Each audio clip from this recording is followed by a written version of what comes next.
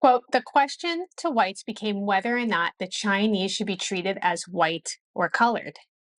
Now remember, Mamie herself was American born, but she had no rights as an American citizen.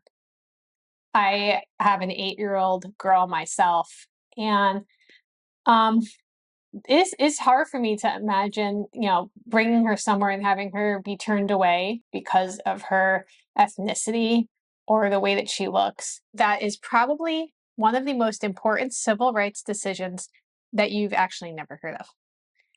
Hi, I'm Danielle Romero, and thank you so much for being with me today on my channel, where I started digging into my family's hidden history from Louisiana, and it's kind of opened up all kinds of doors for me of researching what does it mean to be an American?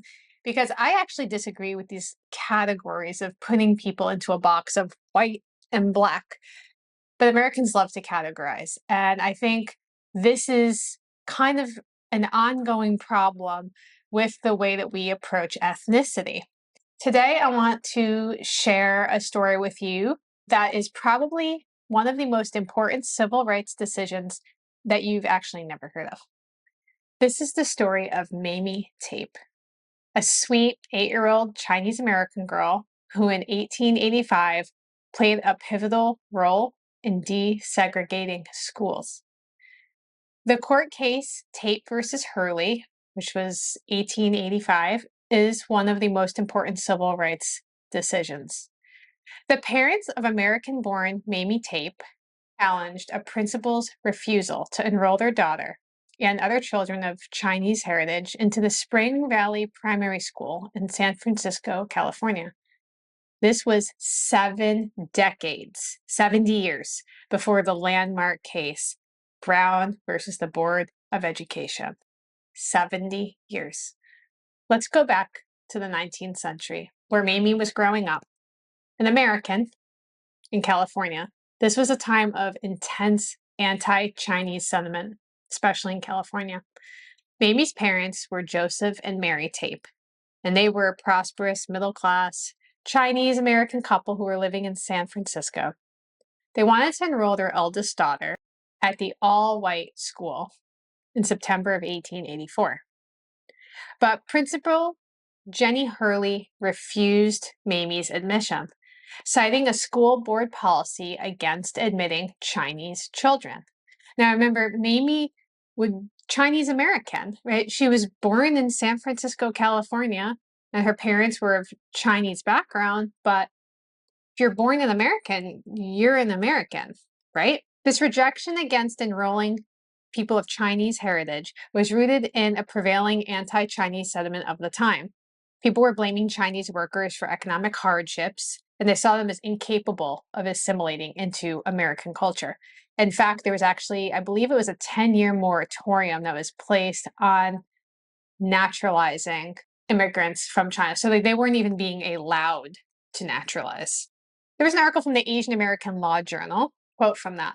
Congress passed laws restricting Chinese immigration, including the Chinese Exclusion Act of 1882, so it was 2 years before Mamie was trying to enroll in school. This was the first immigration law to limit the entry of a specific ethnic group in the United States. Not only were there limitations on the number of Chinese immigrants permitted to enter the United States, these people were excluded from land ownership, voting, access to courts, employment, interracial marriages, and like I said before, naturalization. The Chinese were viewed as foreigners. Now remember, Mamie herself was American born, but she had no rights as an American citizen. Quote, the question to whites became whether or not the Chinese should be treated as white or colored. In 1870, the California school law repealed prior legislation that limited public education to white children, and it then provides specific funding for separate schools for Negroes and Indians, unquote. So basically, they're saying, okay, we need to separate the kids into these different schools. Where do the Chinese fit? Right, we're talking about putting these people in categorizing them into little specific compartments. And they're looking at Mamie Tape and other children of Chinese heritage and saying, we don't know where to put these kids. But Mamie's parents, they were undeterred. They had actually fully embraced Western culture and values, having arrived in the United States as children themselves. Her mother, Mamie Tape was quoted in 1892 as this, saying, "In fact, we've always lived as Americans, and our children have been brought up to consider themselves as such." Now, Mamie's mother, Mary, was actually born in China. She left northern China near Shanghai, and she arrived alone in the United States in 1868. Upon her arrival, she found support from the predominantly white Ladies' Protection and Relief Society in San Francisco. So, under their care, Mary immersed herself in American culture, and she learned English, and she actually adopted the name Mary McGladdery, which I don't know where that came from. I really love it. So Mary McGladdery. So it was during this time that she met and married Joseph Tape, whose name had actually been anglicized from the original Chinese name, and he had immigrated into the United States in 1864. So together they established a comfortable life in San Francisco. From what I read, it seemed like they really actually distanced themselves from the Chinese community in Chinatown on purpose. Like they were trying to assimilate. They raised 4 children. There was Mamie, Frank, Emily, and Gertrude. And they were all raised in a middle-class environment, believing they were Americans, but it was still not good enough for the schools. The Tapes filed a lawsuit on behalf of Mamie against Principal Hurley and the San Francisco School Board of Education, launching the case that is now known as Tape versus Hurley. Their fight for justice was based on the argument that denying Mamie access to Spring Valley violated both California's school law and the 14th Amendment of the United States, which guarantees equal protection. Their case made it all the way up to the Superior Court, where the court actually agreed with their arguments. Now, this is massive. I mean, this is in the 1880s, diving into this era of civil rights and separate but equal and the segregation and opening up schools. To me, I'm thinking like the 50s, the 60s.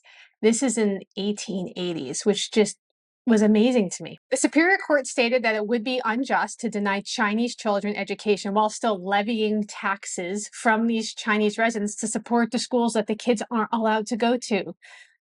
So this initial victory set the stage for their cause. However, the school board was just not. They were like, no dice. Like, I don't care. we're still not letting you in. They pressured the state assembly to then pass a new law to keep them from having to accept Mamie Tape. And this new law authorized separate schools that were specifically for, quote, children of Chinese and Mongolian descent. Despite this setback, the Tapes remained determined.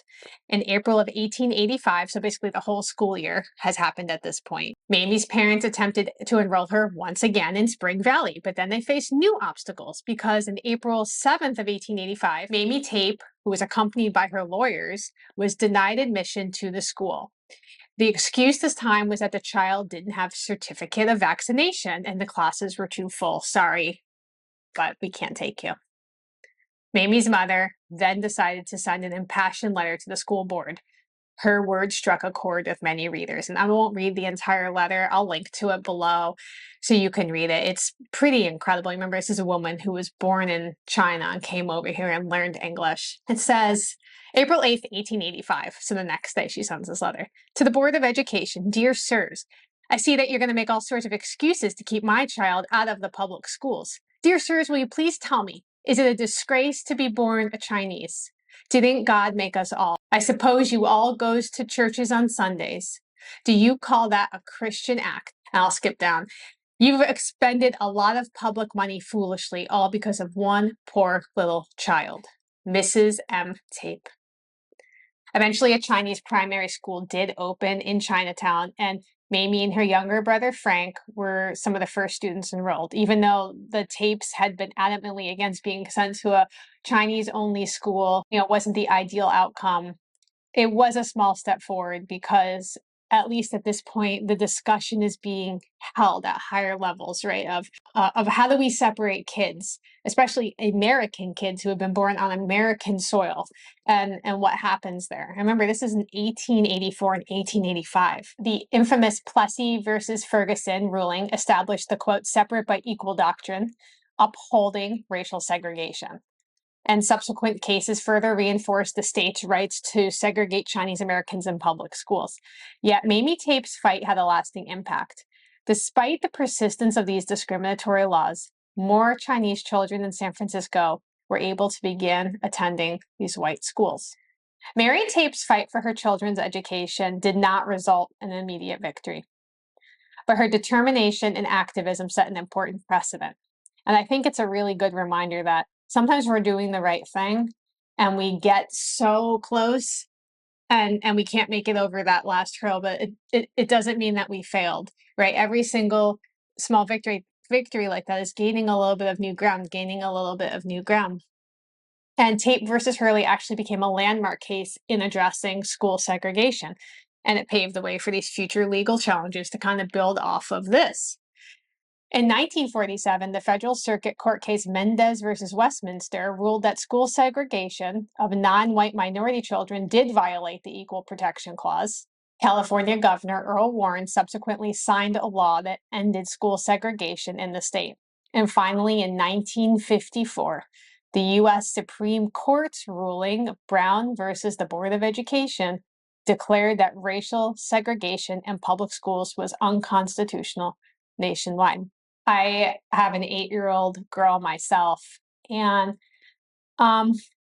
it's hard for me to imagine, bringing her somewhere and having her be turned away because of her ethnicity or the way that she looks. And I'm just really appreciative for the people that went the lengths like the Tapes did of getting attorneys and writing letters and not giving up. And even though this isn't one of the cases that is super well known, right? This isn't the one that changed everything across the country. It was a foundational part of that. And so I really hope you enjoyed this story. And thank you so much for supporting the channel. And if you love hidden history and diving into questions of identity and genealogy, I'd love to have you join me on Patreon, or as a channel member, you can click the join button and let me know in the comments, have you heard of Mamie Tape? And what should we cover next? Thanks.